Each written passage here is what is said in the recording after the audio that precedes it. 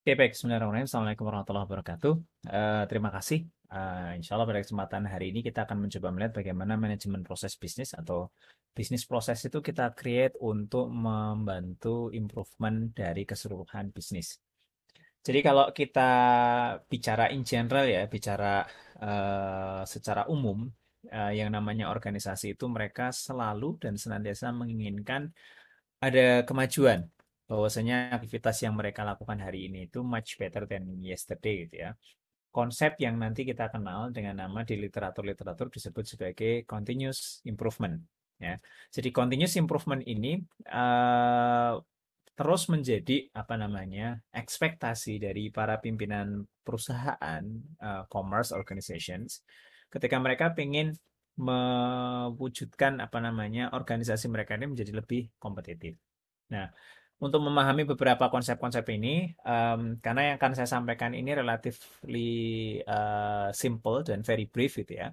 Tapi detail nanti bisa dibaca di paper yang sudah saya tuliskan di sini. Jadi ini paper yang saya tulis di tahun 2011 sudah cukup lama, tapi insya Allah sih masih relevan untuk kemudian kita pahami dengan judulnya adalah Facilitating Business Process Improvement Through Personalized Recommendations. Jadi bagaimana kemudian rekomendasi secara personal itu mampu membantu melakukan improvement proses bisnis. Ya, Eh, kira-kira kayak gitu. Nah, ini yang tadi saya sebut. Jadi kenapa sih kemudian kita berbicara harus melakukan proses pengelolaan proses bisnis ini dengan baik?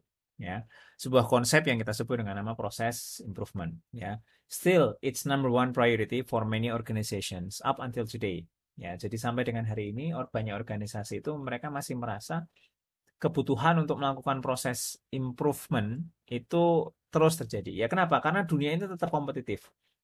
Ya, ketika sebuah perusahaan mereka merilis sebuah produk, the next thing to do, gitu ya, sesuatu yang kemudian mereka pikirkan tidak dalam hari ini, bahkan mungkin besok itu sudah harus berpikir yang lain. Kita bayangin aja, misal perusahaan kayak kayak Apple kemudian dengan Samsung gitu ya. Ketika kemudian dua behemoth ini, raksasa ini, mereka kemudian selalu berpikir, ketika Samsung ngeluarin S20, maka iPhone akan mulai berpikir mengeluarkan iPhone 11. Samsung ngeluarin S20, iPhone berpikir mengeluarkan atau kebalik ya. iPhone mengeluarkan 12, Samsung mengeluarkan 21 dan seterusnya dan seterusnya. Jadi baru aja kayaknya kemarin produk itu dirilis, kok 2 bulan 3 bulan lagi itu ternyata mereka sudah mulai muncul berita baru tentang rilis produk berikutnya, alias iterasi berikutnya. Itu yang ada di media. Dan kita semua tahu bahwasanya pengembangan seperti itu, research and development itu, it's not an overnight job, bukan sebuah pekerjaan satu malam. Tapi it's a long story behind. Artinya kita bisa melihat kalau muncul di media itu 3 bulan atau 4 bulan kemudian, setelah rilis produk yang sekarang, artinya itu pasti sudah dipikir beberapa saat sebelumnya. Saya sih bayangin begitu produk ini selesai rilis, mereka sudah harus menyiapkan produk baru berikutnya, gitu ya. Nah, tidak jarang yang namanya improvement itu solicited gitu ya atau di-acquire, diambil dari mana expert advice ataupun kemudian successful practices. Seperti kalau kita menggunakan software-software seperti ERP, Enterprise Resource Planner ya. Atau kemudian kita cari konsultan yang mereka sudah biasa dengan proses improvement dari berbagai organisasi, kita undang mereka untuk kemudian apa? Membantu perbaikan di sisi organisasi kita. Nah, cuma ternyata yang menarik itu dari banyak literatur itu kita temukan bahwasanya tidak sedikit best practice itu ditemukan atau perilaku terbaik itu ditemukan dari dalam organisasi itu sendiri. Jadi sebenarnya nggak perlu susah-susah meng-hire orang luar untuk kemudian orang-orang kita tuh sebenarnya juga bisa loh untuk kemudian melakukan proses perbaikan organisasi. Nah, source-nya ini kemudian yang kita sebut dengan nama source improvement yang secara internal kita sebut dengan nama positive deviance. Apa sih positive deviance itu? Jadi kalau dalam sebuah distribusi kurva normal, ya artinya kita semua itu juga mengikuti rule yang relatif simple gitu ya, distribusi kurva normal gitu ya, di mana kebanyakan orang itu berada di wilayah ini.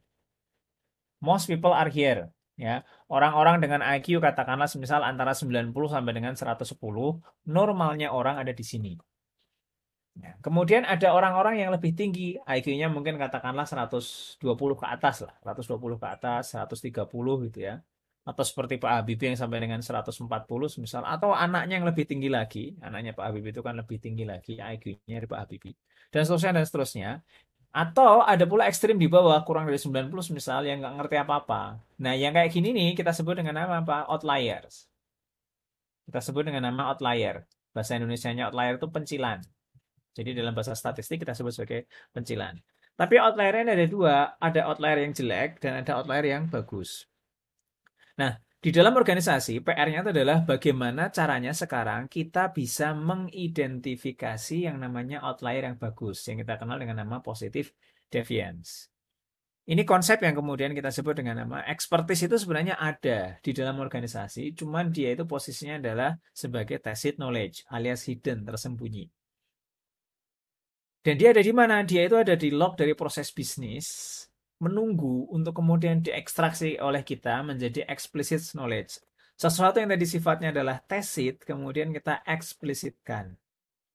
Nah, di sini kan kemudian jadi kita menyadari betapa pentingnya kita itu punya manajemen, kita punya pengelolaan terhadap proses bisnis, sehingga ketika sistem informasi yang kita bangun itu, dia akan melahirkan log tadi, yang kemudian bisa kita capai.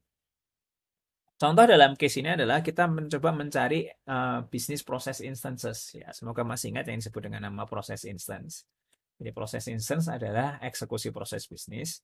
Kita bisa melihat sesederhana misal time to complete the process. Berapa lama sih seseorang atau group of people, sekelompok orang, itu menyelesaikan sebuah proses. Kalau dalam sebuah perusahaan besar itu kan, penyelesaian sebuah proses itu bisa ditangani oleh unit, bisa ditangani orang per orang, tapi biasanya ya group of people ini yang kemudian menyelesaikan pekerjaan-pekerjaan ini.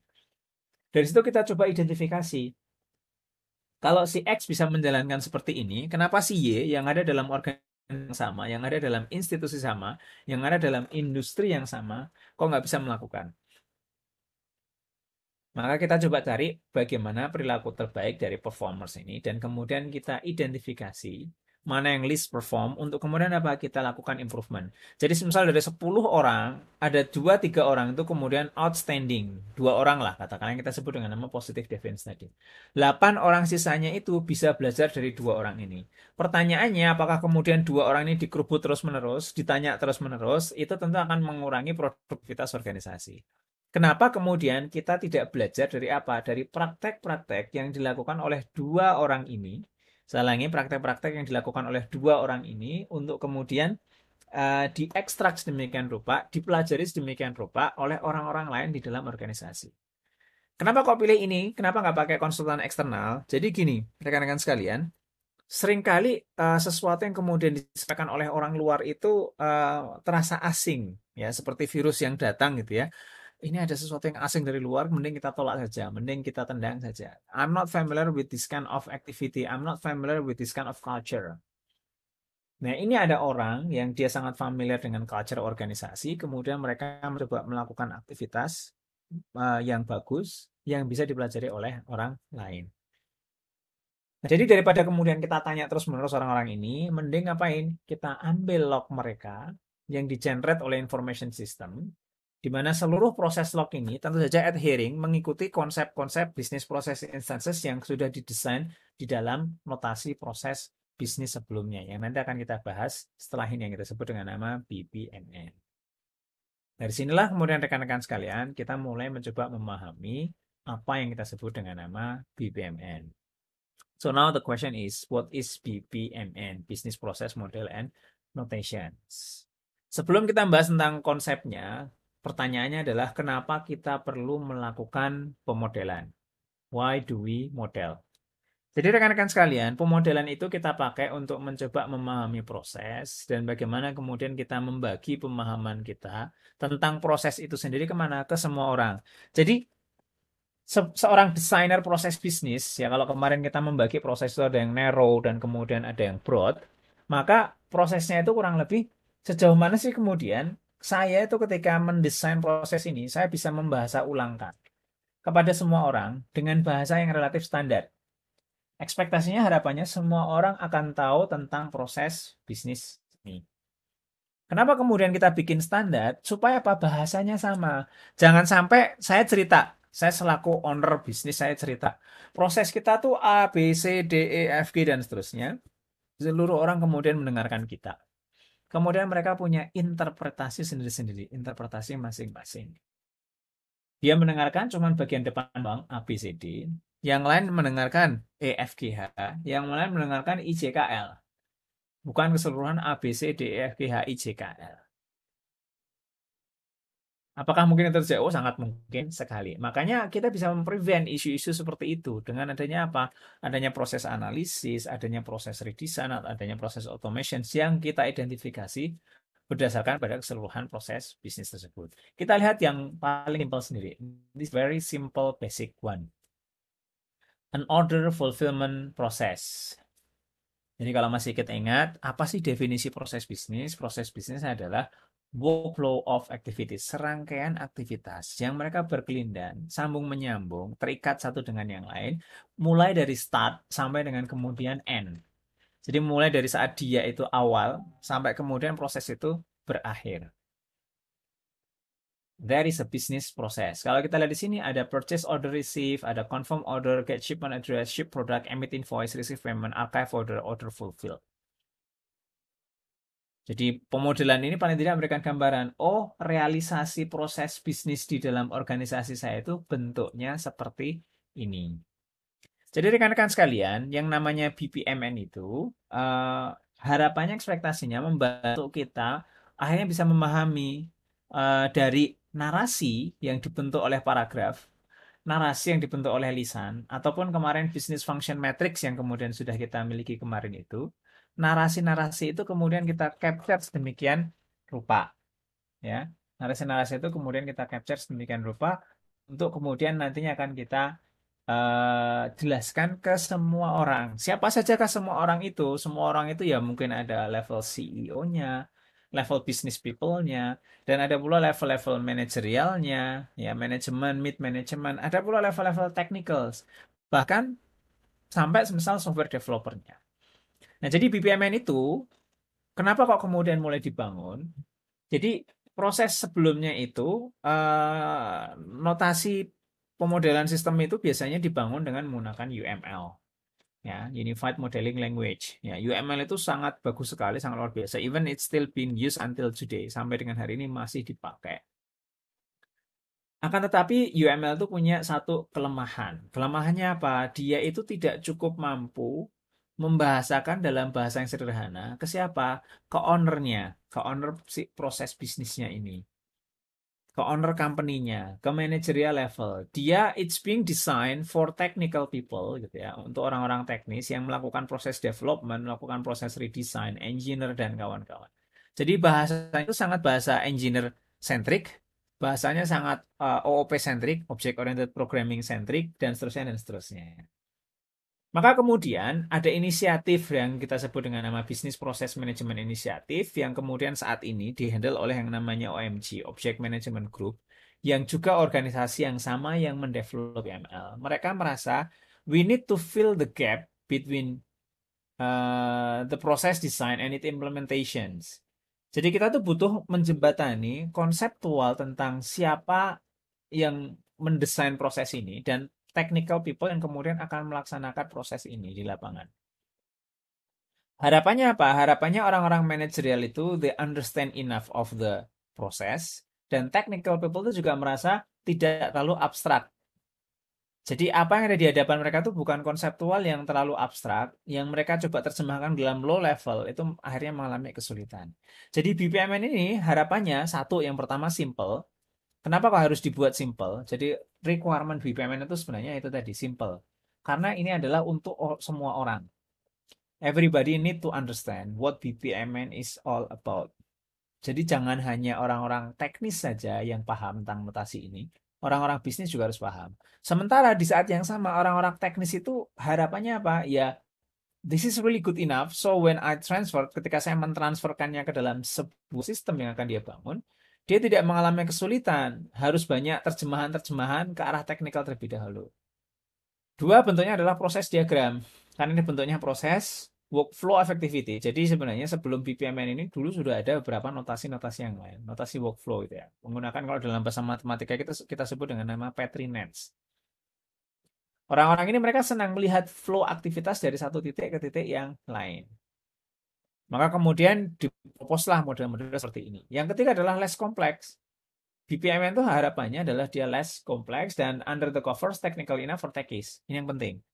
Jadi 4 hal ini yang melatari kenapa akhirnya kemudian banyak organisasi when they develop the system, they start with the business process modeling notations. Bentuknya gimana sih? Sederhana. Seperti flowchart, seperti UML. Flowchart itu kan ininya dari sini ke sini ke sini ke sini. UML itu kemudian dia memproses ada siapa pelakunya, siapa aktornya dan lain sebagainya. Dia melibatkan flow of activities. Ini perhatikan, flow of activities. Yang kemudian ada atribut-atribut tambahan, bisa berupa message dan data. Key-nya di sini mohon diperhatikan, key-nya itu adalah flow of activities. Jadi dia berbeda dengan DFD, di mana DFD itu adalah flow of data. Flow of data DFD itu kan dikomplainnya adalah karena ini nggak serealistis di lapangan. Di lapangan itu kan kita bicara proses bisnis dari satu titik ke titik yang lain. Kita tidak berbicara data dari satu tempat ke tempat yang lain. Itu kelemahan DFD. Maka kemudian di sini fokusnya adalah flow of activities. Nanti dimungkinkan adanya atribut tambahan berupa messaging, pengiriman pesan dari satu aktivitas ke aktivitas yang lain, ataupun kemudian data yang terlibat. Nah, mekanisme BPMN ini digambarkan lebih sederhana dan itu merepresentasikan seperti orkestrasi service di SOA gitu ya, Service Oriented Architectures, seperti di web service dan kawan-kawan. Nah, BPMN ini dipropos sebagai sebuah notasi standar, memodelkan konsep, memodelkan high level. Perhatikan di sini adalah high level, bukan low level. Artinya bahasanya itu adalah bahasa awam, bahasa umum, dengan notasi yang tidak kompleks. Ada berapa banyak sih? 4 doang. Dibandingkan dengan notasi-notasi yang lain, this is the simplest one. Yang pertama adalah yang kita sebut dengan nama event, yang kedua adalah yang kita sebut dengan nama task, yang ketiga dengan nama flow, yang keempat adalah gateway. Di mana event ini memberikan gambaran tentang bagaimana sebuah proses itu bermula. Task itu memberikan gambaran aktivitas apa atau task apa yang kemudian saat itu sedang terjadi. Flow ini memberikan gambaran antara task satu dengan task setelahnya. Jadi task sebelumnya dengan task setelahnya itu diikuti dengan flow. Dan gateway itu adalah decision making yang mungkin terjadi. Ini contohnya misal seperti ini. Ini adalah simple order management. Di mana kemudian dia itu di-trigger dengan adanya apa? Jadi sebuah proses bisnis ini terjadi karena ada sebuah trigger. Triggernya apa? Ada orang mau belanja. Orang mau belanja, dia kirim PO. PO atau kemudian purchase order ini kemudian akan dicek berdasarkan apa? Ketersediaan produknya. Kemudian ada decision making yang akan terjadi. Yang dia tuh bertanya, apakah gudang kita tuh punya stok ataukah gudang kita tuh nggak punya stok. Kalau gudang kita nggak punya stok, maka reject order. Kalau gudang kita stok, kita lanjut dengan confirm order. Jadi di sini rekan-rekan sekalian, ada proses decision making yang terjadi. Kita kemudian mengenal yang kita sebut dengan nama multiple path. Jadi ini something common, sesuatu yang jamak terjadi di lapangan, di mana kita akan punya multiple path yang akan kemudian men-split siapa namanya proses bisnis ini, yang jalannya proses bisnis ini. Ya, yang kadang ini kita sebut dengan nama gateway, gerbang ke kiri ataupun kemudian gerbang ke kanan. Ya. Confirm order dilakukan, kemudian kita ketemu dengan gateway lagi, gitu ya.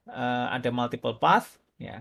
Bisa sending invoice dan shipping goods at the same times, atau sending invoice dulu baru shipping goods, atau shipping goods dulu baru kemudian sending invoice. Tergantung dari tipikal organisasi. Kalau normalnya kita belanja barang itu ya kita bayar dulu, baru kemudian kita terima barang.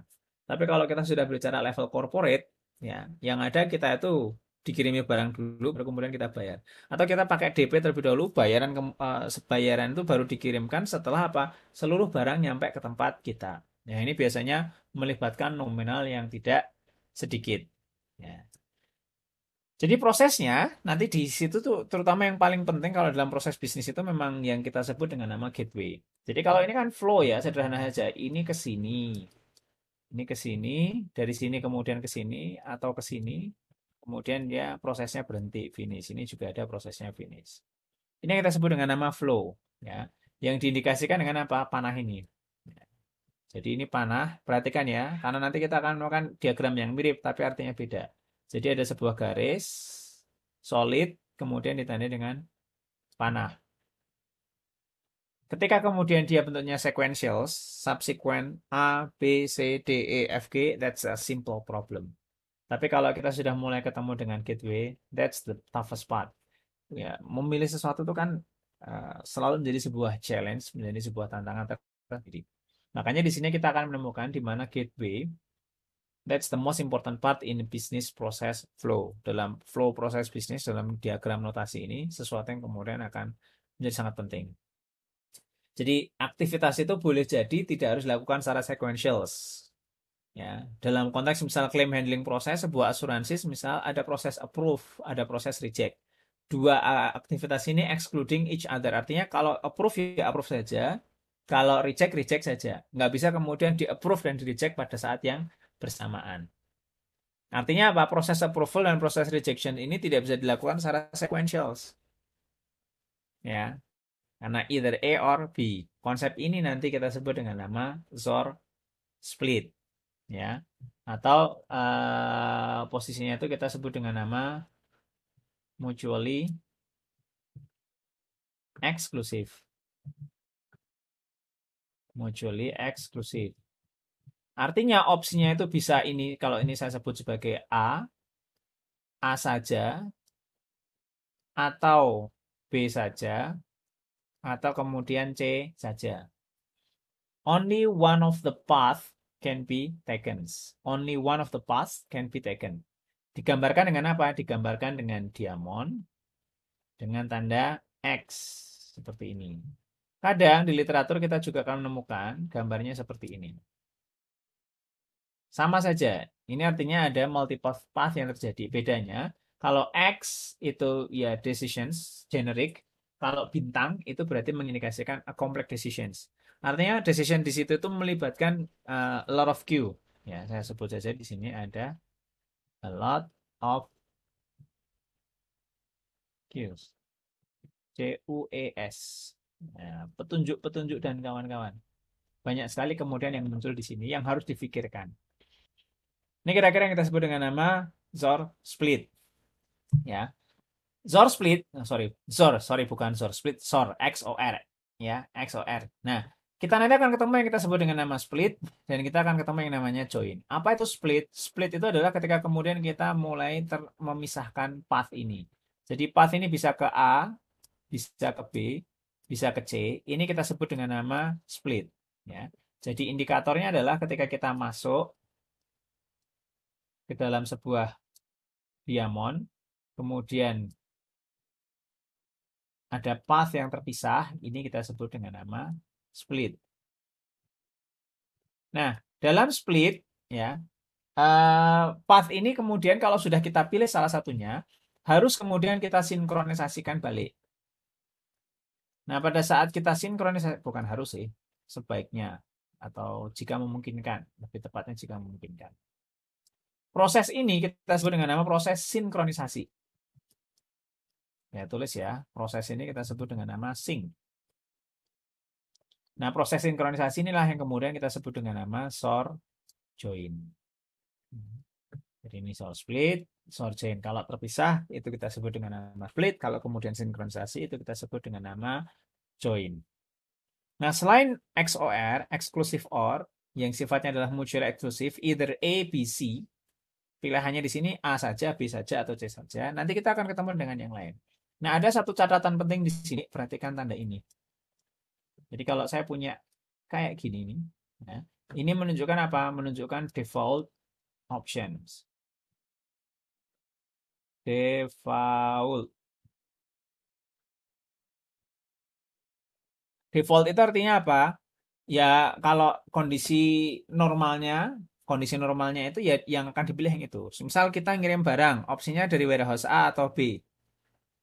Kalau tidak ada decision yang terjadi, secara sistem katakanlah kita we wait for 1 days, nggak ada decision yang terjadi, maka kemudian by default dia akan mengambil base misal, itu bisa kita lakukan. Kita set misal di gateway-nya itu nanti akan kita bahas kalau kita sudah membahas yang BPMN Advance. Jika sampai 1 hari tidak ada decision yang terjadi, segera lakukan ini. Kita bisa ngeset yang default. Nah, selain XOR, kita ketemu dengan yang namanya end split. And split ini adalah mekanisme synchronized parallel. Artinya apa? Kalau dalam kasus ini kita sebut dengan nama and split. And split. Ini kita sebut dengan nama and join. Oke, and join. Jadi kondisinya adalah di sini pada saat saya ini misal kasus ini security dari sebuah airport ya, boarding pass receive, proceed to security check. Yang dilakukan oleh security check itu dua hal. Satu, barang Anda dilewatkan ke mesin X-ray. Dua, Anda sendiri juga harus lewat, semisal X-ray yang kita harus berdiri gini, atau kemudian kita jalan kaki di dalam sebuah gate itu, yang kita sebut dengan nama security screening. Dua hal ini harus dilakukan sebelum kita bisa masuk ke departure level atau ke ruang tunggu departure. Sebelum kita kemudian ke pemberangkatan pesawat. Saya ulangi, kita masuk, kemudian kita harus melakukan scanning dua. Pertama, scanning badan kita sendiri. Kedua, scanning barang-barang yang kita bawa ke kabin. Kalau dua-duanya sudah dilakukan, maka baru kita melakukan ke departure level. Nah, proses ini harus synchronize paralel. Artinya, dua-duanya harus dikerjakan. Masalah kemudian mana yang dikerjakan lebih dahulu, that's another story. Misal kita mau security screening dulu, boleh. Barang kita screening dulu, boleh. Loh kok bisa? Iya, misal antriannya panjang. Jadi antrian barangnya itu panjang, depan kita bawa berkedus-kedus itu ya panjang. Orangnya sudah masuk, sudah lewat. Kita ada di belakangnya juga sudah masuk, tapi barang-barang kita masih nunggu di belakang sono. Kenapa? Tadi antriannya itu depannya bawa barang-barang yang cukup banyak. Artinya kita sudah jalan dulu, barang-barangnya baru jalan kemudian. Atau sebaliknya, barang-barangnya pada sedikit semua, tapi antriannya panjang. Barang-barangnya sudah di-scan, sudah sampai mentok ujung, kitanya belum nyampe seberang security screening. Tapi intinya, dua-duanya harus kita lakukan.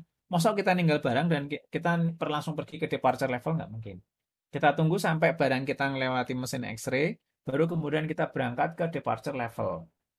Atau sebaliknya, barang-barang sudah sampai sana, kita masih nunggu kita ngantri, kita harus jalan dulu sampai antrian lewat, baru bisa jalan. Ini yang kita sebut dengan nama N. Ya. Oke, nanti setelah ini saya akan ngeset di Google Classroom terkait dengan masalah assignment.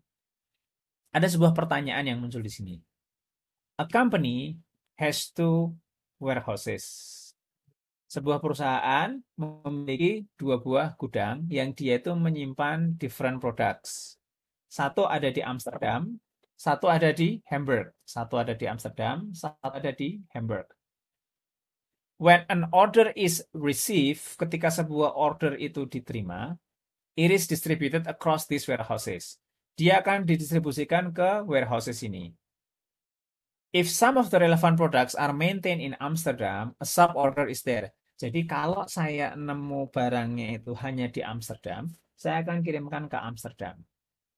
Likewise, begitu juga kalau ada relevan produk hanya ada di Hamburg, maka order ini akan dikirimkan ke Hamburg. Setelah itu kemudian order itu akan diregistrasikan dan proses selesai. Nah, sekarang ada skenario. Skenario-nya kayak gini. Saya mau beli barang nih. Ya, barangnya semisal gini. Saya sebut saja ada barang A, B, C, D. Ada A, B, C, D. A dan B ini barangnya ada di Amsterdam. C dan D ini barangnya ada di Hamburg. Oke. Kemudian saya selaku pembeli, saya misal belanja barang ini pembeli nomor 1. Oke, give me some stuff. Berikan saya beberapa barang dari Amsterdam, A and B. Maka kalau kita lihat di sini, sub ordernya itu akan pindah ke Amsterdam saja. Ya, ini saya tulis A, ini saya tulis Hamburg. Tapi juga ada alternatif lain. Pembelinya itu belinya dari mana? Saya mau belanja barang C dan D. Oh, sudah jelas. Kalau belanja barang C dan D, berarti saya harus mengsuborderkan itu pindah ke Hamburg. Nah, sekarang ada skenario ketiga. Gimana kalau pembelinya itu belanja barang A dan C? Atau orang keempat, dia belanja barang B dan D. Maka pertanyaannya, bagaimana kita menggambar skenario ini dengan menggunakan AND dan SOR gateways. Silahkan nanti Anda pikirkan, kombinasikan. Ya. Gambar di atas kertas A4, Anda bisa menggunakan aplikasi scanner gitu ya di smartphone Anda, baik di iPhone ataupun kemudian di Android, dua-duanya ada gitu ya. Kalau saya merekomendasikan bisa menggunakan Adobe Scan ya, atau Office Lens, dua itu yang saya rekomendasikan. Oke. Nah, kondisi ini berarti kan dia itu bisa ke AB, bisa ke CD, bisa ke AC ataupun kemudian BD. So, what to do, how to do this? Ya. Gimana cara kemudian kita melakukannya? Nah, sebenarnya yang seperti ini itu bisa digambarkan dengan menggunakan OR split. Ya, PR Anda adalah bagaimana Anda kemudian menggunakan AND dan SOR gateways bersamaan untuk memberikan skenario seperti ini. Nah, skenario ini seperti ini sebenarnya bisa digambarkan dengan menggunakan OR split. Tidak harus kemudian dengan menggunakan AND dan SOR kombinasinya. Di mana kemudian kita akan memanfaatkan konsep yang kita sebut dengan nama inclusive decision. Inclusive decision itu berarti bukan mutually exclusive yang tadinya adalah XOR. Ya. Di mana kita punya OR split, terpisah kayak gini.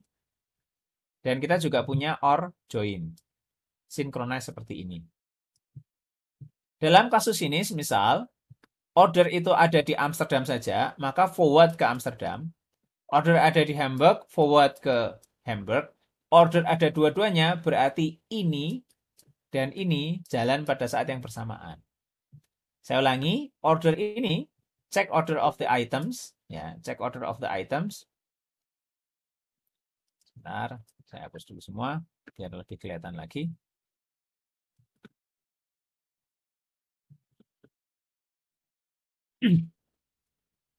Jadi ketika order itu hanya datang ke Amsterdam saja, ordernya kayak gini.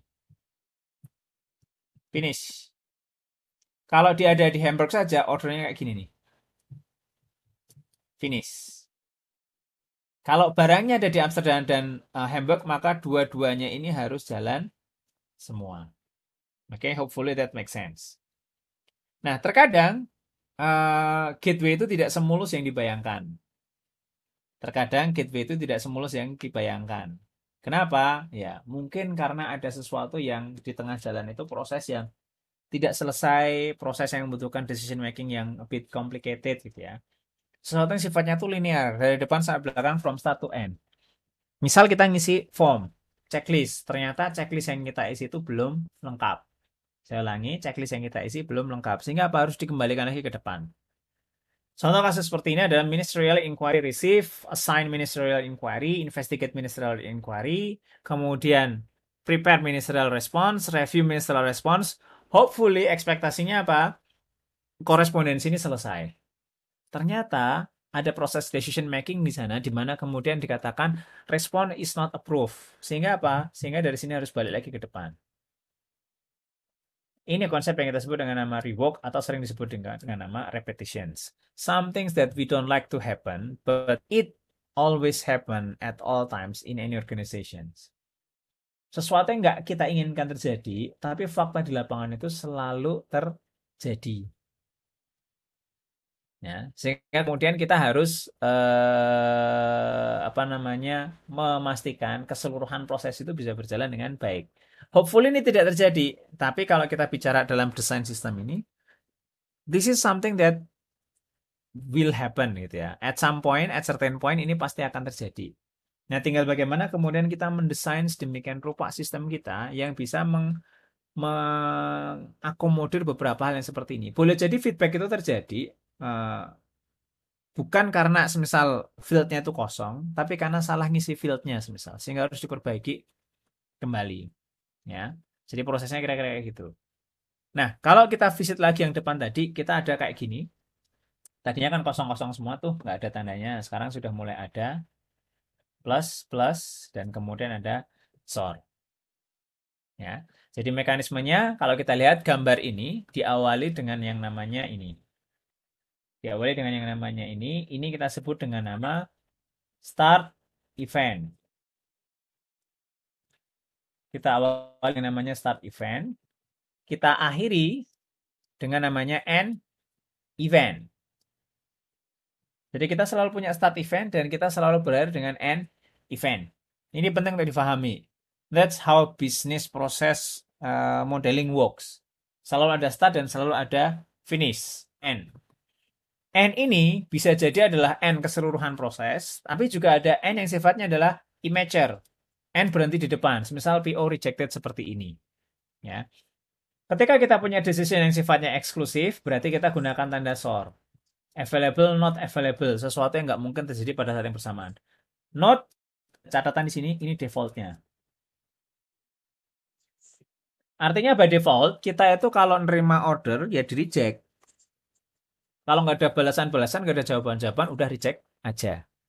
Kalau ada jawaban, confirm order, baru kemudian kita sending invoice dan kemudian shipping the products. Which could happen at the same times, which also could happen sequentially. Misal sending invoice dulu baru shipping products, atau shipping products baru sending invoice, atau bareng-bareng shipping products and sending invoice, we do them at the same times. Prosesnya kira-kira kayak gitu. Nah, bagaimana kemudian kita membangun? Mekanismenya relatif simpel. Setelah kita start event, kita lanjutkan dengan flow berupa tanda panah ini, tanda panah ini, tanda panah ini, dan seterusnya. Yang kita sebut dengan nama flow. Yang kemudian kita ikuti dengan yang namanya task. Task itu berarti sebuah aktivitas kerja. Nah, karena dia ini adalah aktivitas kerja, maka normalnya dia itu berupa apa? Verb. Berupa kata kerja. Check records, confirm order, reject order, send invoice, ship products, check availability, and so on and so forth. Tolak order, terima order, kirim barang, kirim invoice, dan seterusnya, dan seterusnya. Kalau event biasanya diindikasikan dengan kata kerja ketiga. Menerima PO, PO receive, PO fulfilled, PO kemudian sudah dikerjakan. Jadi di situ ada kata-kata kerja yang melibatkan dengan aktivitas. Nah, harap berhati-hati, seringkali kemudian yang dilakukan adalah pada saat kita membangun gateway, pikiran kita tuh masih kayak flowchart. Yang kemudian kita lakukan itu pada sebuah kondisi, kondisi itu tidak kemudian kita statuskan sebagai activity, tapi malah sebagai apa? Sebagai kata keterangan. Check stock availability, kemudian ditandai dengan gateway, kemudian kita tulis available dan not available. And this is wrong. Sesuatu yang tidak boleh kemudian terjadi, sesuatu yang tidak bisa dilakukan. Ya, prosesnya kira-kira kayak gitu. Nah, maka dari situ rekan-rekan sekalian, ada guidelines yang harus kita lakukan untuk membuat proses bisnis ini. Yang pertama, satu, give a name to every event and task. Kita selalu memulai dengan event dan task ini dengan sebuah name. Ya. Untuk sebuah task, itu kita selalu gunakan verb, ya, issue driver license, renew license by agency. Ya, nanti kita akan ketemukan juga ada message. Message itu biasanya kita akan menggunakan objek dan past participle. Ya, jadi insya Allah nanti di video pertemuan berikutnya kita akan membahas tentang masalah advanced business process. Ya. Seperti contoh misal invoice receive, claim settled, dan kemudian kita usahakan menghindari beberapa generic verbs. Nah, guideline kedua, selalu usahakan kita labeli yang namanya source split itu dengan kondisi gitu ya. Misal policy is invalid, stock is available, claim is inadmissible, and so on and so forth. Ya. Dan kita usahakan untuk melakukan pairing jika memungkinkan. Kalau kita pakai and split, ya, and split berarti seperti ini, maka hukumnya itu wajib untuk dijoinkan kembali. Kalau kita ketemu and split, hukumnya itu wajib untuk dijoinkan kembali. Ya.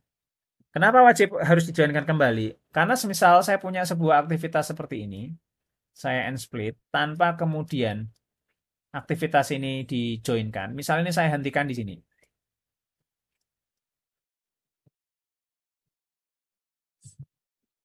Ya. Maka pertanyaan berikutnya adalah, ya, semisal gini, ini ada A dan ini adalah B. Ekspektasinya, semisal pada saat kita memproses bisnis, C itu dieksekusi setelah B dilakukan. Ekspektasinya. Begitu juga setelah A dilakukan selesai. Tapi A kemudian sudah kita hentikan terlebih dahulu. Saya ulangi, A sudah dihentikan terlebih dahulu.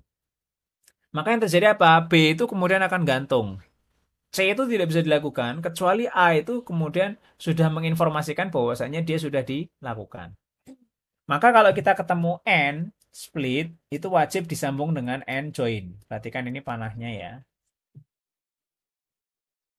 Nah, beda dengan kemudian source split. Ya, source split itu belum tentu ada kewajiban untuk kemudian mensinkronkan. Bisa saja kemudian dia berhenti di sini. Kenapa kok dia bisa berhenti di situ? Misal kayak gini. Ya, kayak ginilah. Ya, intinya kira-kira kayak gitu.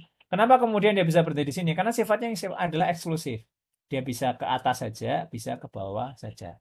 So this is a basic general rule bagaimana kemudian BPMN dibangun. Nah, in summary, kita coba reminder kembali. BPMN itu ada 4 saja.